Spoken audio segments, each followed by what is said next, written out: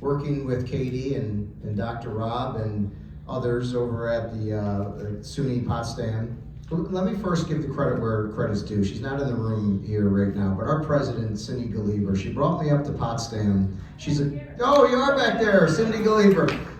My boss. I was doing it not knowing she was in the room, but you never know when your boss is in the room. So she brought me up to Potsdam for their local government conference, and she was wise enough to say, come to lunch and come sit next to the president of the college. I want you two to meet. And the president and I had a nice conversation. This came up. She was asking me about what's important to the towns and talking about workforce development. And she said, you know, I just wonder, maybe we have some sort of micro-credential program we can do. So when students are going to colleges, they're taking these courses and they're taking maybe finance to get out and they're thinking about private sector stuff. Maybe we can create a micro-credential program for students. When they come out, they're ready for town jobs. They're trained for comptroller and other things like that. And so, you know, I came back, we started talking, Katie got involved, we started talking, and we're here to announce an exciting program here, starting with SUNY, that Dr. Rob has put together. So I'll give you, and I don't know if you guys can see, we're announcing a program, we're wearing the same tie, and we didn't even plan that one. So, Dr. Rob, why don't you tell them what's going on?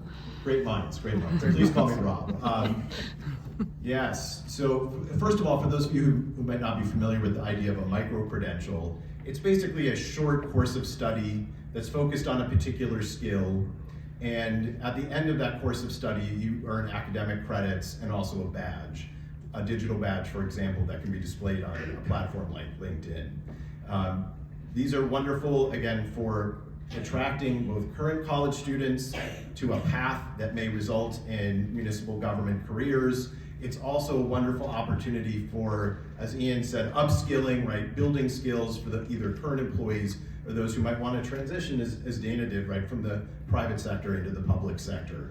And SUNY Potsdam is thrilled to be working with and partnering with the association to offer a series of micro-credentials. They will all be online. They are asynchronous, so hopefully they work with, again, individuals' work schedules.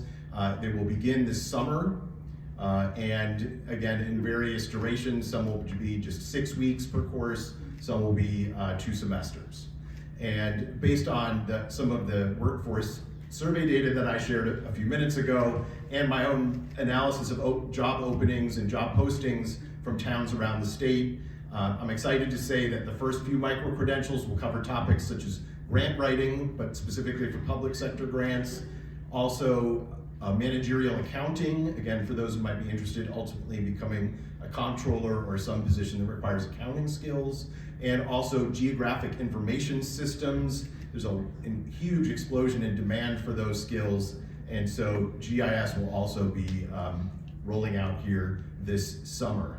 And I would also really appreciate the opportunity to hear from as many of you as possible. I'll be at the coffee reception down on the 5th floor starting at 2 o'clock and out at lunch or right here after the session. I'd love to know what sorts of skills that SUNY Potsdam could offer you, your employees, or that are of critical need to your towns.